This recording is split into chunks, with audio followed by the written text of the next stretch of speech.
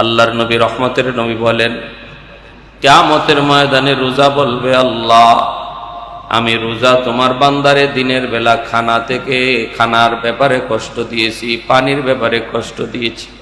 রোজা বলতেছে, তোমার বান্দাকে আমি রমজান মাসে দিনের বেলা খানা দিয়া কষ্ট দিয়েছি, পানি দিয়া কষ্ট দিয়েছি। আল্লাহ আমি রোজা তোমার কাছে সুপারিশ করলাম, তারে জান্নাতে না দেওয়া পর্যন্ত আমি তার সঙ্গ ছাড়ব না। মায়ার নবী, দয়ার নবী বলেন, জান্নাতের 8টা দরজার ভিতরে একটা দরজার নাম রাইয়ান। ওই রাইয়ান দরজা দিয়া শুধুমাত্র রোজাদাররাই প্রবেশ করবে, বেরোজদার ওই দরজা দিয়া প্রবেশ করতে পারবে না। অর্থাৎ বেরোজদার কখনো জান্নাতে ঢুকতেই পারবে না। যত জান্নাতি জান্নাতের ভিতরে ঢুকতেছে, সমস্ত জান্নাতীদের ভিতরে শুধুমাত্র আল্লাহকে খুশি করার নিয়তে যারা রোজা রাখছিল, তারা স্পেশাল একটা দরজা দিয়ে জান্নাতে ঢুকবে, আর ওই দরজার নাম হলো বাবুর রাইয়ান। সুবহানাল্লাহ, রাইয়ান নামক। নবী বলেন, এই দরজা দিয়ে ঢুকবার আলামত, দরজা দিয়ে ঢুকলে পরে লাভ কি জানোনি? ওই দরজা দিয়া যারা ঢুকবে, এই গেইটের মধ্যেই তার এমন একটা শরাব খাওয়ানো হবে, পানি পান করানো হবে, আল্লাহর বান্দার জীবনে আর কোনোদিন পানির তৃষ্ণা লাগবে না। সুবহানাল্লাহ, জোরে কর, পানির তৃষ্ণাই লাগবে না। আল্লাহর রাসূল সাল্লাল্লাহু আলাইহি ওয়াসাল্লাম বলেন, এই রোজাদার কোন রোজা জানোনি? যে রোজার হক আদায় করেছে, রোজার হক। নবী বলেন, বহু রোজাদার এমন আছে, রোজা রাখবে ঠিক, কিন্তু রোজার কোনো বিনিময় পাবে না, শুধু কষ্ট ছাড়া।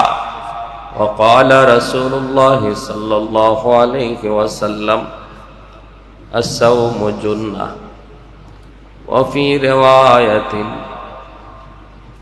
للصائم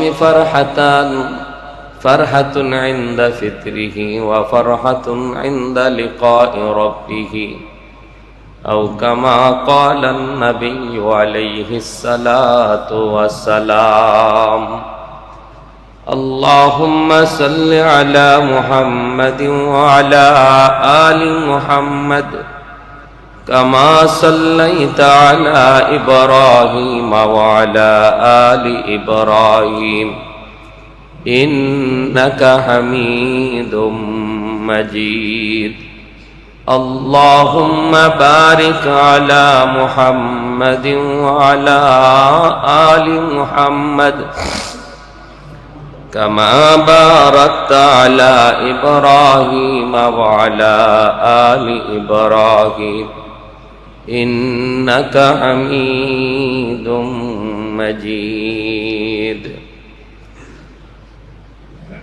মুআজ্জাজ হাজিরিন, আল্লাহ পাকের দরবারে অসংখ্য শুকর। পবিত্র রমজান মাসের প্রথম জুমা,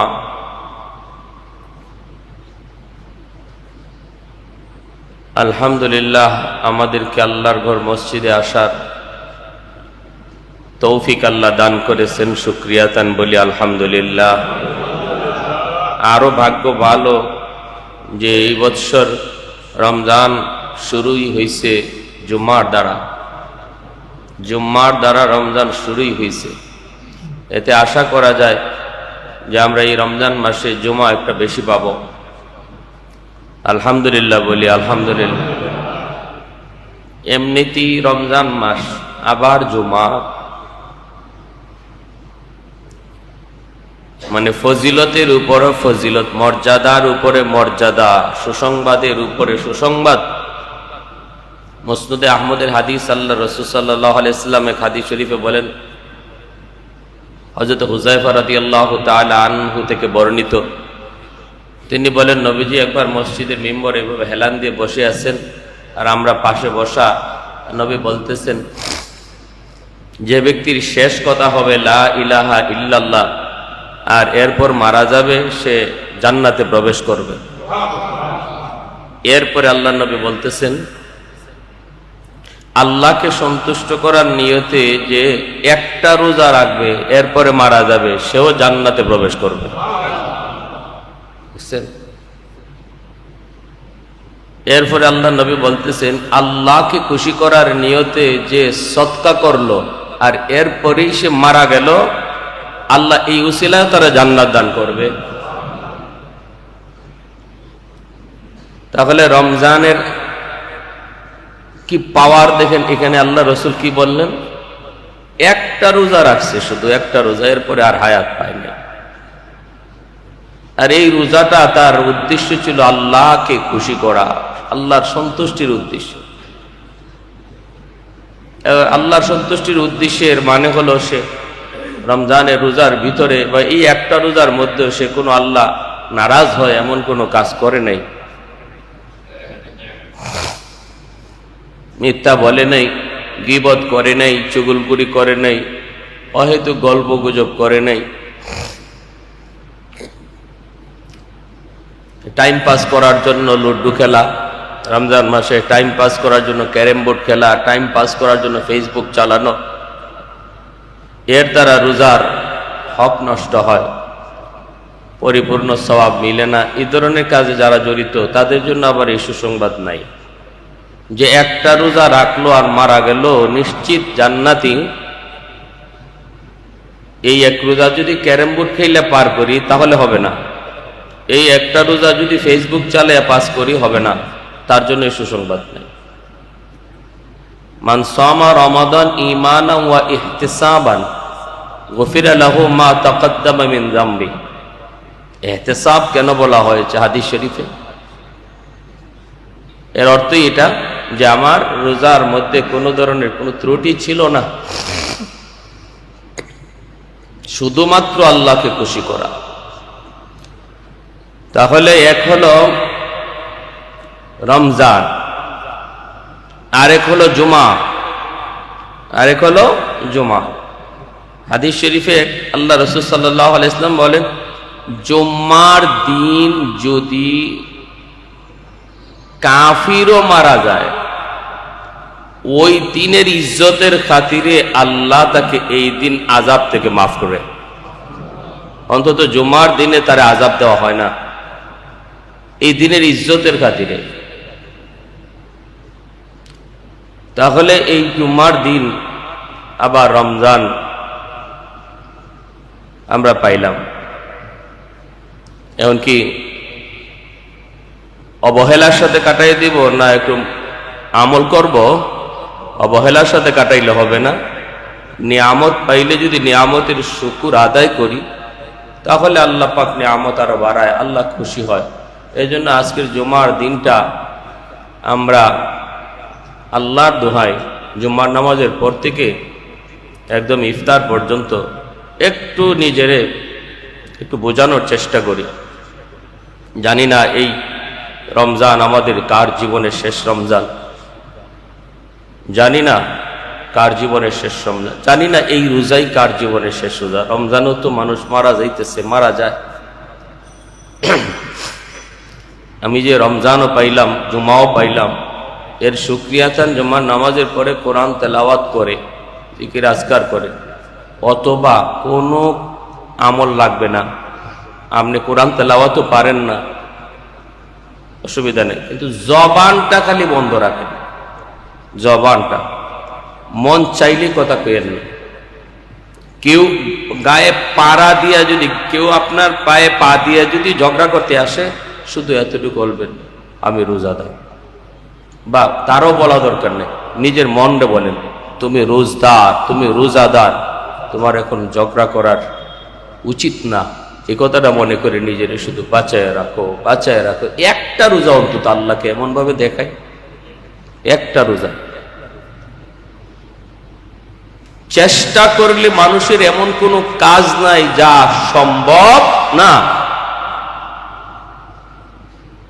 আমরা অবহেলায় কাটানোর নিয়তি করে ফেলছি। আমি আগেই নিয়ত করে ফেলছি রোজার মাস কেমনে কাটাইব, কেমনে কাটাইব, এমনি এমনি কাটাবো, ফালতু কাজের দ্বারা, ফালতু সময় পাস করার দ্বারা। আমার নিয়তটা যদি এটা হতো যে না, আমি রোজাতে এমন কোনো কাজই করব না যে কাজে আল্লাহ নারাজ হয়, এটা যদি আমার পাক্কা ইরাদা হতো, আল্লাহ আমাকে সাহায্য করতেন। আল্লাহ আমাকে আমার এই নিয়তের উপরে অটল থাকতে আল্লাহ সাহায্য করতেন, এটা আল্লাহর ওয়াদা। والذين جاهدوا فينا لنهدينهم سبلنا وإن الله لمع المحسنين। এটা আল্লাহর ওয়াদা।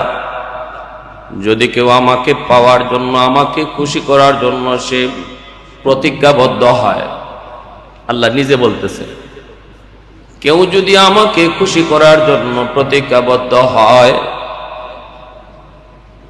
আমাকে খুশি করার পথে যত বাধা তার সামনে আসবে সবগুলি বাধা সরাইয়া আমার পর্যন্ত পৌঁছা তার জন্য আমি আল্লাহ আসান করে দিব। সুবহানাল্লাহ। والذين جاهدوا فينا لنهدينهم سبلنا وإن الله لمع المحسنين। এজন্য ভাইরা বন্ধুরা, আজকের দিন হলো জুমার দিন, আজকের দিন হলো রমজানের দিন। আরেকটা সুসংবাদ আছে, নবীজি বলেন চারটা আমল একসাথে যার জীবনে জমা হবে একদিনে চারটা আমল যার জমা হবে, আল্লাহ রসুল বলেন সে নিশ্চিত জান্নাতে ঢুকবে। এর ভিতরে একটা হলো রোজা, মুখে তার রোজা আছে। দ্বিতীয় হলো জুমা, কি আছে? জুমা আছে। 3 নাম্বার হলো একই দিনে জানাজা আছে, জানাজা একদিনে তের একটা জানাজাও পড়ছে। এরপরে নবী বলেন অসুস্থ মানুষের সেবা করছে। যদি চারটা আমল একদিনে কারো জমা হয়, নবী বলেন সে নিশ্চিত জান্নাতে ঢুকবে। সুবহানাল্লাহ। চারটা আমলের ভিতরে 2টা আমল আমরা আজকে পায়া গেছি অটোমেটিক। এক হলো মুখে রোজা আর এক হলো জুমা। এখন 2টা আমল শুধু খুঁজতে হবে, তালাশ করতে হবে। আজকের দিন যদি আমি 10 মাইল দূরেও খবর পাই কোনো জানাজা আছে, জান্নাত পাওয়ার আশায় ওই জানাজায় যায় শরীক হব। জান্নাত পাওয়ার আশায় জানাজায় শরীক হব। যদি পয়সা খরচ করতে হয় তবুও জানাজায় যাব, শরীক হব। আর জানাজাটা পাওয়ার পর, জানাজায় শরীক হওয়ার পর এখন তালাশ করব আত্মীয়র ভিতরে কেউ অসুস্থ আছে কিনা, প্রতিবেশীর ভিতরে কেউ অসুস্থ আছে কিনা। যদি অসুস্থ কোনো মানুষ তাকে দেখতে যাও, তার জন্য একটু ফল ফ্রুট নিয়ে যাও। কাছে বৈশা মাথায় কপালে হাত রাখো, একটু দোয়া কইরা আসো। মায়ার নবী, দয়ার নবী ফজরের নামাজ পড়ে নবী বলতেছেন আসনি এমন কেউ, আজকের দিনে কেউ রোজা রাখছো? সিদ্দিকে আকবর বলেন আমি। নবী বলেন আজকের দিনে কেউ এমন আসনি যে অসুস্থ মানুষের সেবা করছো? সিদ্দিকে আকবর বলেন আমি। আল্লাহর নবী বলেন আজকের দিনে এমন কি কেউ আসো যে একটা জানাজা পড়ছো? সিদ্দিকে আকবর বলেন আমি। সুবহানাল্লাহ। নবী বলেন আজকের দিন জুমার দিন, আজকের দিন জুমার দিন।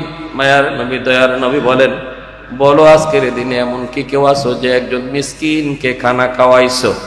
আবু বকর সিদ্দিক বলেন আমি। নবী বলেন এমন 4টা 5টা আমল যার জীবনে একদিনে একই টাইমে জমা হলো, আমি নবী বললাম সে মরতে দেরি, জান্নাত পাইতে দেরি হবে না। সুবহানাল্লাহ। এ আমার ভাইরা বন্ধুরা, আল্লাহ পাক রব্বুল আলামিন বলেন পবিত্র কুরআনুল কারীমের সূরা বাকারা আল্লাহ পাক বলেন শাহরু রমাদানাল্লাযী উনজিলা ফীহিল কুরআন হুদাল লিন-নাস ওয়া বায়্যিনাতিন মিনাল হুদা ওয়াল ফুরকান ফামান শাহিদা মিনকুমুশ শাহরা ফালইয়াসুম ওয়া মান কানা মারিদান আও আলা সাফারিন ফাইদ্দাতুম মিন আইয়ামিন উখার। আল্লাহ পাক বলেন শাহরু রমাদানাল্লাযী, পবিত্র রমজান মাস, উনজিলা ফীহিল কুরআন, এই মাসে কুরআন নাজিল করা হয়েছে। কেন? হুদাল লিন-নাস, মানুষের হেদায়েতের জন্য। ওয়া বাইয়িনাতিম মিনাল হুদা ওয়াল ফুরকান। মানুষের সামনে সঠিক পথ কোনটা, সঠিক পথ কোনটা, বেঠিক পথ, এই জিনিস মানুষকে পরিষ্কারভাবে বোঝানোর জন্য কোরআন এসেছে আমাকে জান্নাত জাহান্নামের পথ চেনানোর জন্য, ঠিক না? আল্লাহর কালাম কেন এসেছে, কেন নাজিল আল্লাহ করেছেন? কয় জান্নাত জাহান্নামের পথ চিনার জন্য। ফাতিহার মধ্যে ইহদিনাস সিরাতাল মুস্তাকিম এই দোয়া করেছি, মালিক জান্নাতের পথ দেখাও, পথ দেখাও। আল্লাহ আলিফ লাম মিম যালিকাল কিতাবু লা রাইবা ফীহ এই বইলা জান্নাতের পথ দেখানো শুরু করছেন। সুবহানাল্লাহ। সূরা ফাতিহার মধ্যে কিন্তু আমরা অ্যাপ্লিকেশন করছি কি, ইহদিনাস সিরাতাল মুস্তাকিম, আল্লাহ তুমি আমাকে জান্নাতের পথ দেখাও। আল্লাহ জবাবে বলছে আমার বান্দা যা চায় বান্দাকে তাই দেওয়া হলো। জবাবে আমরা যখনই বলি ইহদিনাস সিরাতাল মুস্তাকিম, তখনই আল্লাহ বলেন আমার বান্দা যা চাইছে বান্দাকে তাই দেওয়া হয়েছে। কিভাবে দিল আল্লাহ, দিলেন কিভাবে? এরপরেই যে তুমি শুরু করতেছো সূরা বাকারা আলিফ লাম মিম যালিকাল কিতাব, ওই আল্লাহ বলতেছে তুমি যে অ্যাপ্লিকেশন করেছো আল্লাহ আমারে পথ দেখাও, এই যে আমি আল্লাহ পথ দেখানো শুরু করছি। সুবহানাল্লাহ। এই যে পথ দেখানো শুরু হয়ে গেছে, এটাই জান্নাতের পথ। ফামান শাহিদা মিনকুমুশ শাহরা ফালিয়াসুম, তোমাদের ভিতরে কেউ যদি রমজান মাস পায় সে যেন রোজা রাখে। এই যে এই আয়াতের উপরে রমজানের রোজা ফরজ হয়েছে, পবিত্র কোরআনের 185 নম্বর আয়াত। এই আয়াতের ভিত্তিতে রমজানের রোজা ফরজ করা হয়েছে। বাকি ইয়া আইয়ুহাল্লাযীনা আমানু কুতিবা আলাইকুমুস সিয়াম কামা কুতিবা আলাল লাযীনা মিন ক্বাবলিকুম, এই আয়াতের দ্বারা ফরজ হয় না? বলে না, ওই আয়াতের দ্বারা আমাদের এই রমজানের রোজা ফরজ হয় নাই। আমরা যে রমজানের রোজা রাখতেছি এই রোজা ফরজ হয়েছে শাহরু রমাদান আল্লাযী উনজিলা ফীহিল কুরআন, ওই আয়াতে যে ফামান শাহিদা মিনকুমুশ শাহরা ফালিয়াসুম, এই আয়াতের ভিত্তিতে। কেন আগের আয়াতে কেন ফরজ হলো না? আগের আয়াতে একটা সুযোগ ছিল। আগের আয়াত রমজানের রোজার কিন্তু ধাপে ধাপে ফরজ করা হয়েছে। প্রতিটা বিধানকে আল্লাহ পাক, মানুষ ফার্স্ট চান্সে আল্লাহ পাক কোনো বিধান, মদ খাওয়া, মদ ছেড়ে দেওয়ার বিধানটা আল্লাহর আদেশ যখন আসছে 3 বারে, কয়বারে? 3 বারে। প্রথম বলা হয়েছে মদ খাওয়া ভালো না, এটার মধ্যে ফায়দা নাই, ফায়দার সে ক্ষতি বেশি। কি হইলো? এতটুকু কই আল্লাহ শেষ দিয়ে দিছে। হারাম ঘোষণা হয়েছে না? হারাম ঘোষণা হয় নাই। এরপরে আসছে না মদ খায়া কেউ নামাজে যেতে পারবে না, কারণ সবাই তখন এটা প্রচলিত হয়ে মদ খাওয়াটা পানি খাওয়ার মতো ছিল তাদের কাছে।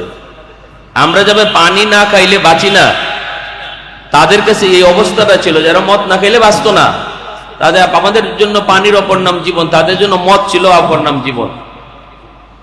তো এই অবস্থায় যদি ফার্স্ট চান্সে আল্লাহ আদেশ দেন মদ খাওয়া হারাম, তাহলে দেখা যাবে নতুন মুসলমান যারা হইছে এরা আবার চলে যাবে। মদ যদি খাইতে না পারি তাহলে ইসলাম ধর্মই গ্রহণ করবো না, ইসলাম ধর্মই গ্রহণ করবে না।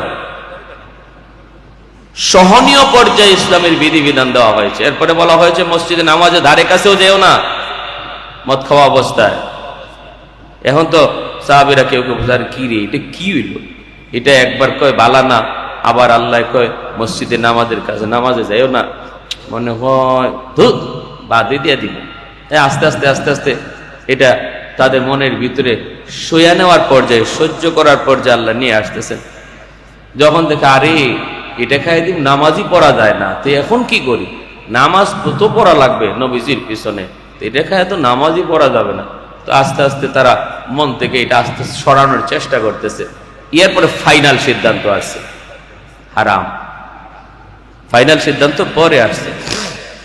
রমজানের রোজা ওইভাবে ফার্স্ট চান্সে যদি আল্লাহ পাক এই আদেশ দিতেন তাইলে এটা অনেকের জন্য কষ্টকর থাকতো। এজন্যই যারা সামর্থ্যবান আছে, ধনী লোক আছে, তাদের জন্য রমজানের রোজা না রাখার অপশন ছিল, সুযোগ ছিল। প্রাথমিক জমানায় রোজা ছিল শুধু গরিবের লাগে, যারা ভাত খাইতে পারত না।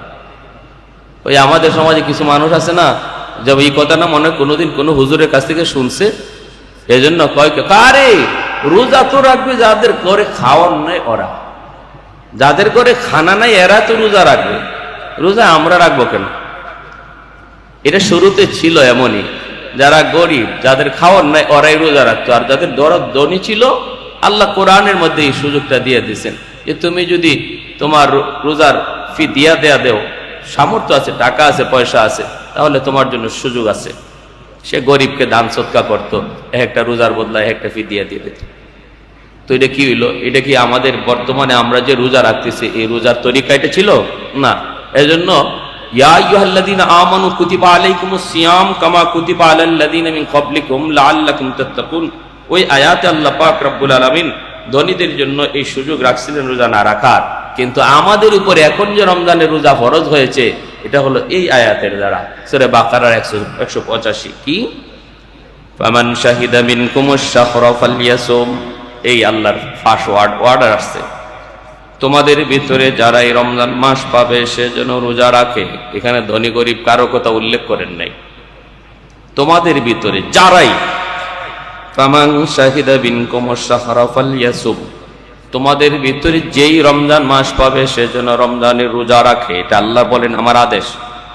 ফামান কানা মারিদান, তবে একটু অপশন, একটু সুযোগ আছে, কি?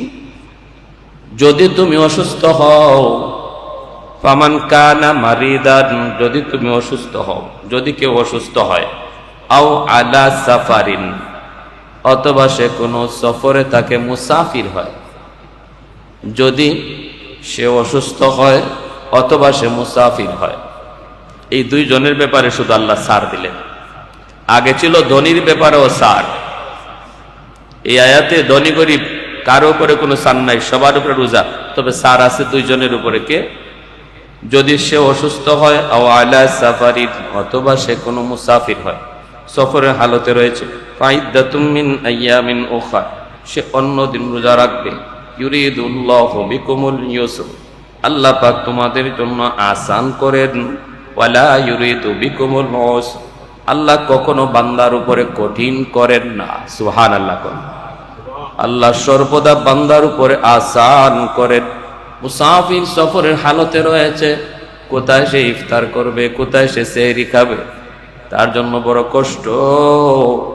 মুসাফিরের জন্য যদি রমজানের রোজা যে হালতে আছে ওই হালতেই তার রোজা রাখা ফরজ করা হয়, তাহলে বহু মুসাফিরের জন্য রোজা রাখা কষ্ট হয়ে যাবে, ঠিক না? নামাজটা পর্যন্ত আল্লাহ হালকা করে দিলেন, নামাজটা পর্যন্ত আল্লাহ হালকা করে দিলেন। আজান হয়েছে, জামাতের সময় আর মাত্র 5 মিনিট, এরপরে জামাতে দাঁড়াবে, কিন্তু আমি গাড়ির অপেক্ষায় টিকিট কাটলাম, একটু পরে গাড়ি ছাড়বে। চলন্ত পথের পথিক, আল্লাহ বলেন না জামাতের অপেক্ষা করার সুযোগ টাইম নাই, জামাতের অপেক্ষা করার দরকার নাই, তুমি একা একা মসজিদেই জামাত নামাজ পড়ে ফেলো, একা নামাজ পড়ে ফেলো।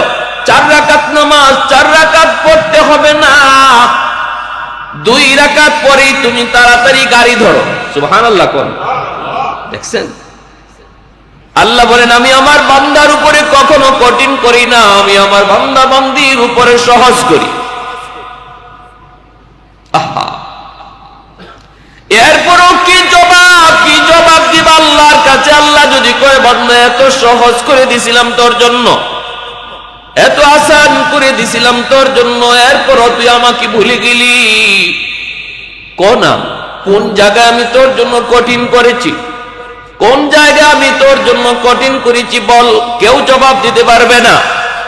সর্বহালতে আল্লাহ সহজ করে দিয়েছেন।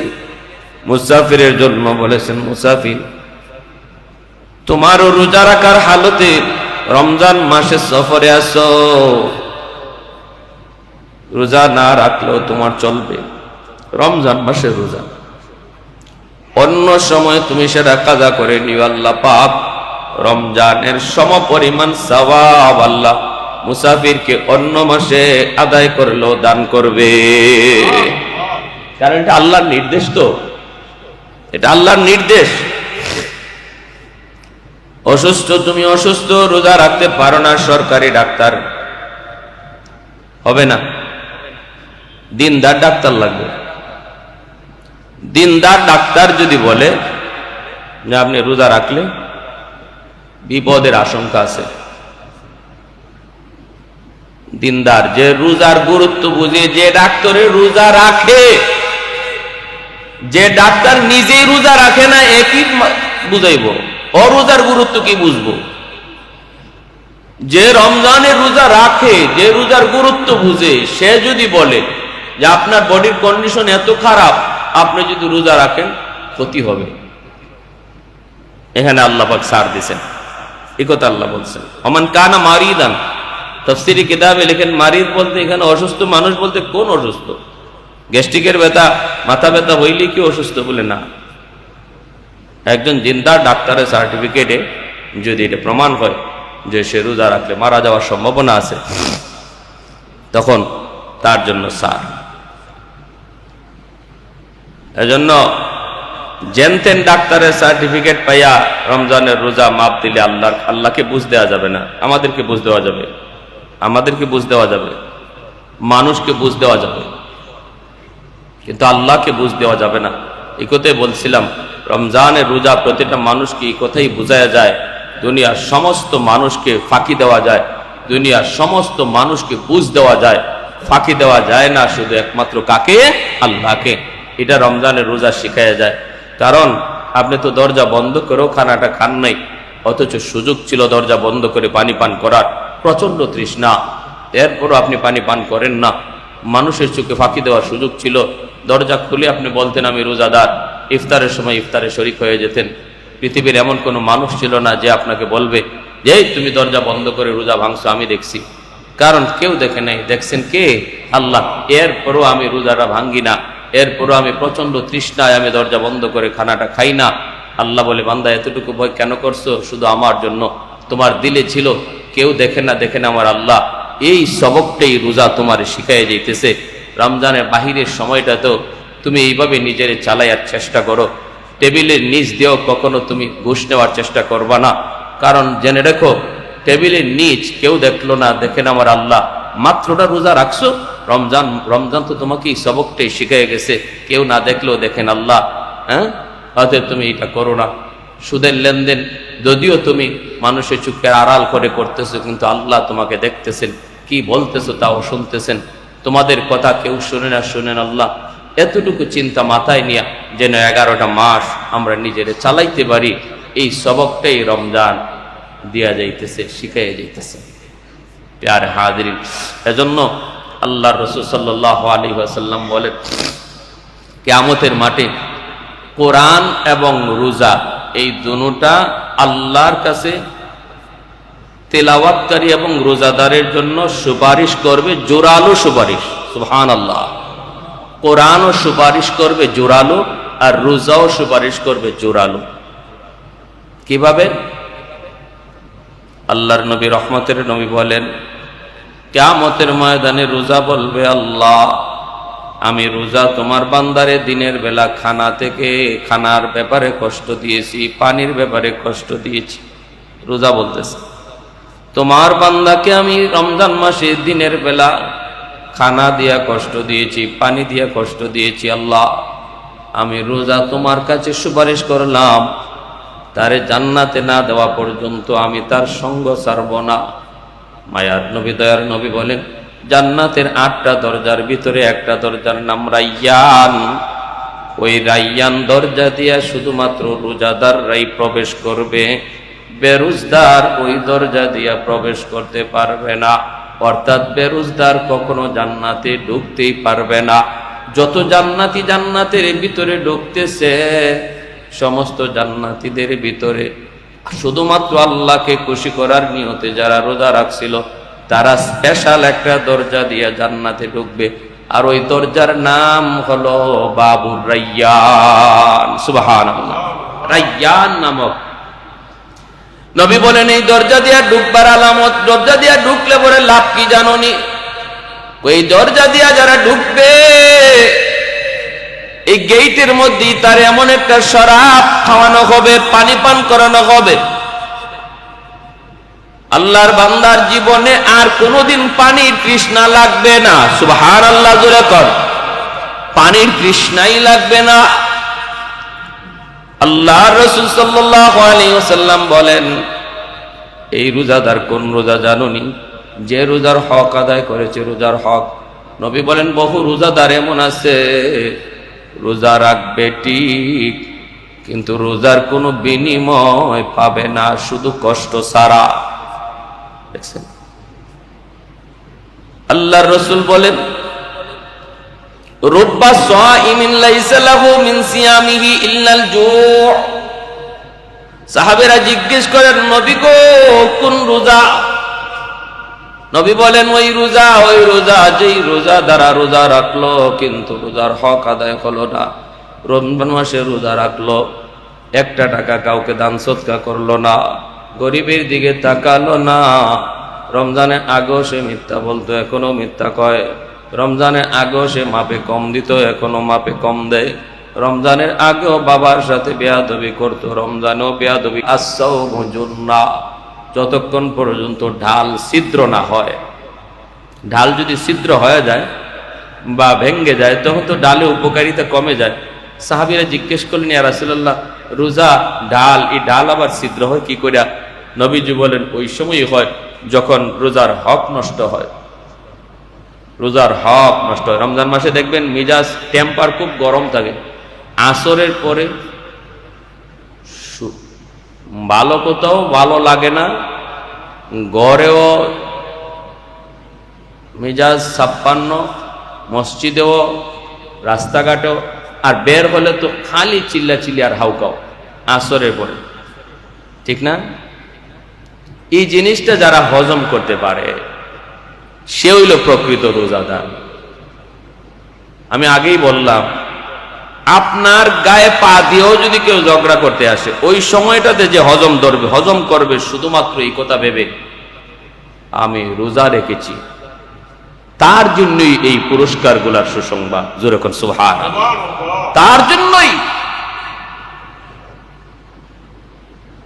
এটা কঠিন। 10 রাকাত নফল নামাজ পড়া সহজ, 10 রাকাত নফল নামাজ পড়া সহজ, কিন্তু গুসাকে হজম করা কঠিন। এজন্যই নবীজি বলেন, কুস্তিতে যে হেরে যায় সে বাহাদুর নয়, কুস্তিতে যে জিতে যায় সে বাহাদুর নয়, গুসা যে হজম করে সেই হলো প্রকৃত বাহাদুর। দেখছেন কত বড় কথা নবীজির? কুস্তিতে যে জিতে গেল সে বাহাদুর নয়, গুসার সময়ে সে যে গুসারে হজম করে সে হলো তোমাদের মধ্যে সবচেয়ে বড় বাহাদুর। এজন্য এই রমজান মাসে এই জিনিসটার দিকে খেয়াল করি, ঘরে রাগারাগি চেতাচেতি কম করি। বিবির সাথে আপনি যেমন রোজা রাখছেন, হয়তো রোজা রাখছে, কষ্ট যেমন আপনার হইতেছে তারও তো হইতেছে।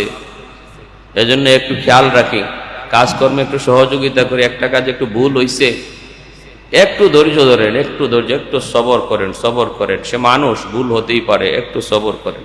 আল্লাহ আমাকেও তৌফিক দাও। সবাই কোন আমিন।